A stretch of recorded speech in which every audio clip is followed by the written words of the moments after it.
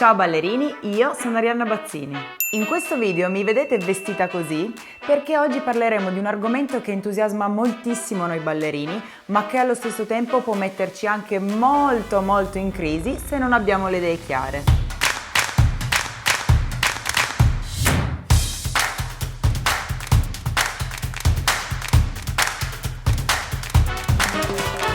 Sto parlando della scelta e della progettazione del nostro abito da ballo. Che taglio voglio? Quali colori? Quali materiali? Proveremo a riordinare un po' le idee e a capire di quali parametri dobbiamo tenere conto per rispondere a queste domande.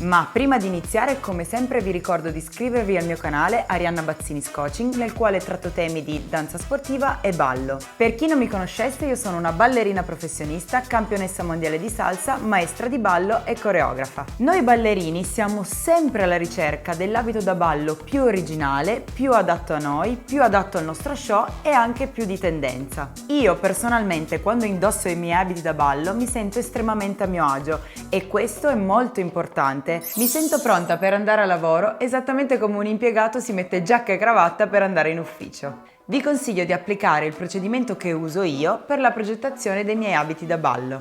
Seguite questi 5 punti. Punto numero 1. Ricerca iconografica. Vuol dire che per trovare l'idea giusta dobbiamo prima farci ispirare da delle immagini che ci piacciono, che possono essere immagini di natura, immagini astratte, immagini magari di altri vestiti, immagini di oggetti dei quali magari ci piace anche solo un piccolo particolare. Ad esempio, potete anche farvi ispirare dalle immagini dei vestiti di alta moda se volete seguire le tendenze. Vi ricordo che se dovete creare un abito appositamente per uno show, fatevi ispirare dalla musica che avete scelto. Punto numero 2. Il bozzetto su figurino, ed è da qui che parte la vera e propria progettazione. Potete farlo disegnare dalla vostra sarta di fiducia oppure scaricare un figurino su internet e cercare voi di disegnare sopra il vostro abito. Sperimentate. Ed è proprio qui che prenderà forma il vostro abito, ma sappiate che subirà dei continui perfezionamenti e anche dei cambiamenti man mano che le idee saranno sempre più chiare. Il primo bozzetto non è mai quello definitivo. Punto numero 3. Dopo aver sperimentato un po' le forme che vi piacciono sul vostro bozzetto e quindi sul figurino, dovete adesso tenere considerazione della vostra body shape. Questo è un elemento importante per scegliere il vostro taglio d'abito definitivo. E body shape si riferisce alla forma del vostro corpo, che è costituito principalmente dalla sua struttura scheletrica, dalla distribuzione del grasso e dalla distribuzione dei vostri muscoli. Magari un modello vi piace moltissimo ma non è adatto alla vostra body shape e non vi rende giustizia. Ad esempio, io sono molto fortunata perché i bozzetti dei miei abiti sono disegnati da mia madre, che oltre ad essere una bravissima disegnatrice è anche una costumista professionista. E inoltre, chi meglio di mia madre può sapere cosa mi sta bene e cosa no? Velocemente vi faccio capire questo concetto della body shape analizzando il mio caso specifico. Guardate i miei abiti da ballo, apparentemente sembrano molto diversi, ma in realtà c'è un elemento che li accomuna tutti. Qual è? L'elemento che li accomuna tutti è questo taglio a V che segna il punto vita. Perché? Siccome io per la body shape sono un rettangolo, non è un insulto, però vuol dire semplicemente che i miei fianchi sono abbastanza dritti e non ho una forma clessidra, ma abbastanza rettangolare. Questo taglio che uso in tutti i miei abiti da ballo serve per valorizzare il mio punto vita, che purtroppo non ho, e in questo modo rende più femminile la forma del mio corpo.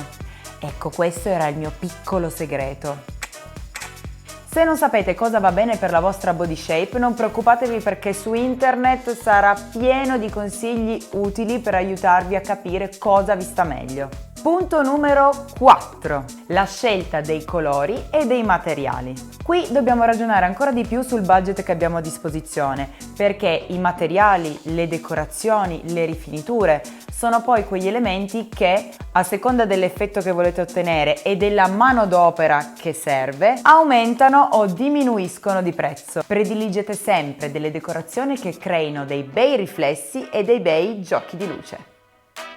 Ad esempio dovremmo scegliere se utilizzare per il nostro abito delle frange semplici o delle canottiglie che costano di più, se vogliamo utilizzare degli strass o degli specchietti oppure delle borchie che invece sono un po' più economiche, se vogliamo utilizzare un tessuto che ha già una sua fantasia oppure se la fantasia la vogliamo creare noi utilizzando una retina e poi applicandovi sopra tutte le decorazioni, e quindi questo sappiate che è molto più costoso. Comunque i materiali che sceglieremo devono sempre essere morbidi, leggeri ed elastici, così da permetterci di muoverci in estrema libertà. Importantissima è la scelta del colore, se non ci sono esigenze particolari inerenti alla tematica dello show. E anche quando scegliamo il colore sarebbe meglio seguire qualche regola. Ed è per questo che esiste l'armocromia. Che cos'è? Non è una scienza esatta, ma piuttosto un'arte che ci consente di capire quali colori ci donano di più e quali meno. C'è una precisa gamma di colori che sta bene su ognuno di voi a seconda del vostro incarnato, del colore degli occhi e del colore dei capelli. Ad esempio, io con una carnagione color latte so benissimo che ci saranno alcuni colori che mi staranno meglio e altri invece che dovrò proprio evitare. Ho una bronzatura lunare, più che al latte sono morta. No. In realtà perché ho origini norvegesi, islandesi. Non è vero, sono solo bianca. E arriviamo al punto numero 5 e anche ultimo punto, ma non meno importante. Sto parlando delle collane, degli orecchini, dei bracciali, degli accessori da mettere sull'acconciatura. Vi consiglio di prediligere accessori con chiusura di sicurezza e se volete vedere un video inerente alle chiusure di sicurezza e del perché adesso le utilizzo sempre, cliccate qui. Ancor meglio è se i vostri accessori sono fatti di un materiale morbido, questo perché sono più comodi da indossare e inoltre potrebbero causare meno problemi nel caso in cui doveste perderli in pista o su un palco. Se volete vedere il video in cui qualcuno perde qualcosa in pista durante una gara, cliccate qui. Progetta i tuoi abiti da ballo seguendo questi 5 step. E se progettate un abito per ballare in coppia, pensate già in partenza a come poterlo abbinare a quello del vostro o della vostra partner. Quindi quali tagli, colori e decori avranno in comune. La progettazione dovrà procedere di pari passo. Spero che questo video vi sia piaciuto e vi sia stato utile e scrivetemi nei commenti come voi progettate i vostri abiti da ballo. Ditemi se vi ritrovate nel mio procedimento e se magari vorreste che affrontassi qualche elemento in particolare su questo tema in modo più approfondito. Ultima cosa importantissima, non dimenticate di iscrivervi al mio canale Arianna Bazzinis Coaching e di attivare la campanella. Seguitemi su Instagram. Ciao ballerini, al prossimo video!